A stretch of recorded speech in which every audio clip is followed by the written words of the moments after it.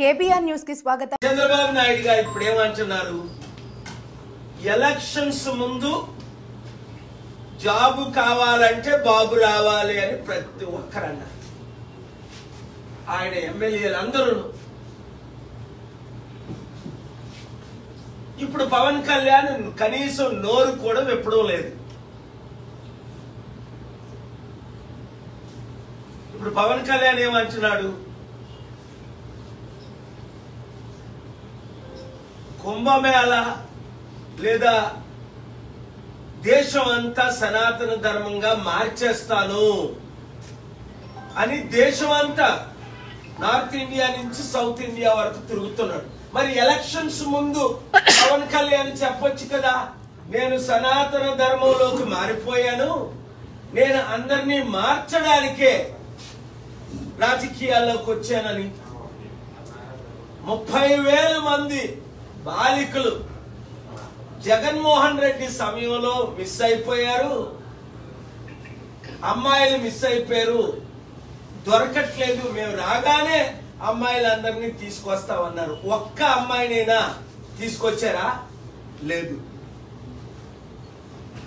1,00,000 మంది మహిళలకు జగన్మోహన్ రెడ్డి గారు 5,000 ఇస్తున్నారు. మేము 10,000 రూపాయలు ఇస్తాం, మీ కడుపులు కొట్టను అని పవన్ కళ్యాణ్ అన్నాడు. కనీసం దాని గురించి ఇప్పుడు మాట్లాడట్లేదు. ఆ 2 లక్షల వాలంటీర్లు 200 మందికి కూడా ఒక్కరికి కూడా కనీసం 5,000 కూడా ఇవ్వట్లేదు.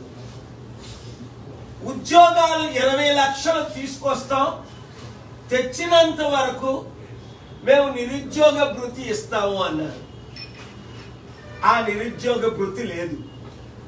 ఇప్పుడేమంటున్నారు?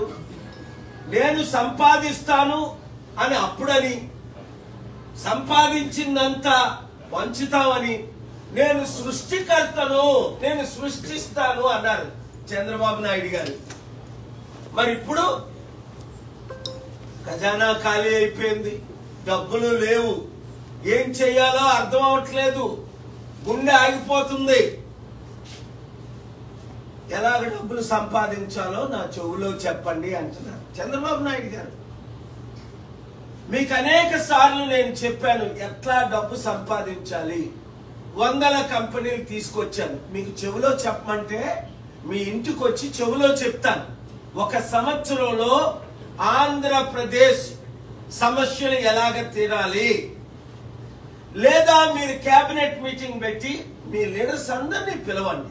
నేను మీకు శత్రువుని కాదు. నేను ఇచ్చిన సలహాలు 1 సంవత్సరం పాటించండి. ఆంధ్రప్రదేశ్ సమస్యలు మిగతా 3 సంవత్సరాల్లో సంపూర్ణంగా సాల్వ్ అయిపోతాయి.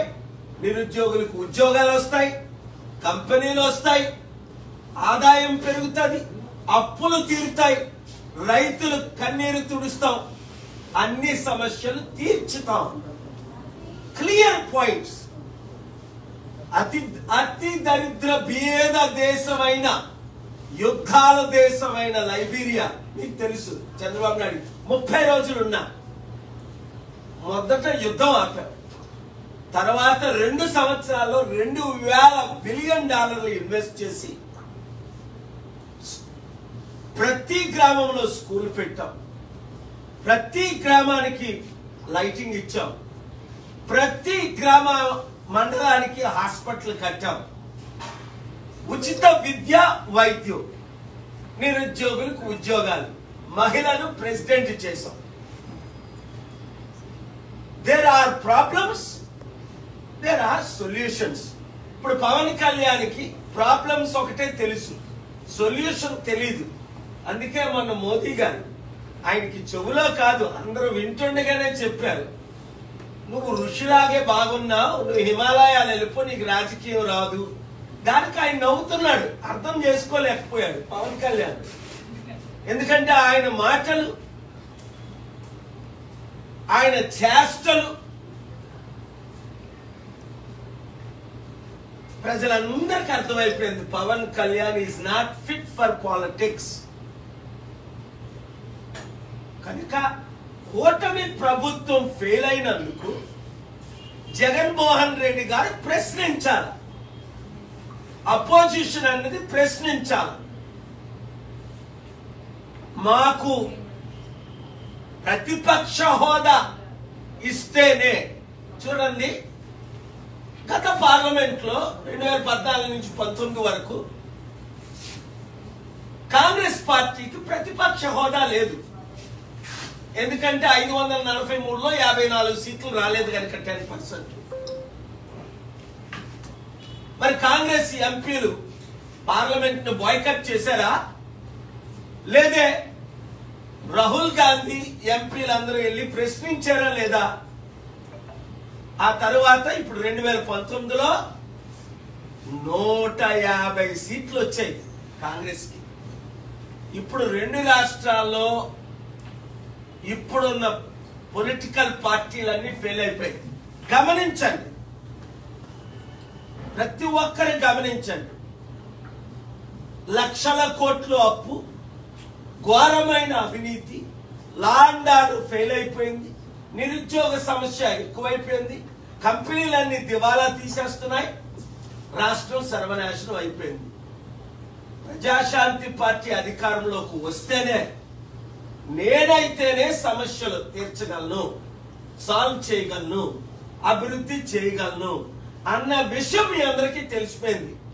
అందుకనే వాళ్ళ ఓనర్స్ అయిన మెయిన్ స్ట్రీమ్ మీడియా ఇప్పుడు మనకి లైవ్ ఇవ్వట్లేదు. కనుక ప్రజలారా, యూట్యూబ్ ఛానల్స్ మీరు మంచి థంబ్నైల్స్ పెట్టి మీరు బ్రాడ్కాస్ట్ చేయండి. ఆ రీల్స్ ద్వారా ప్రతి ఒక్కరు ఫార్వర్డ్ చేయండి. లక్షల మంది, కోట్ల మంది చూస్తారు, మనకు మద్దతు ఇస్తారు. Thank you very much.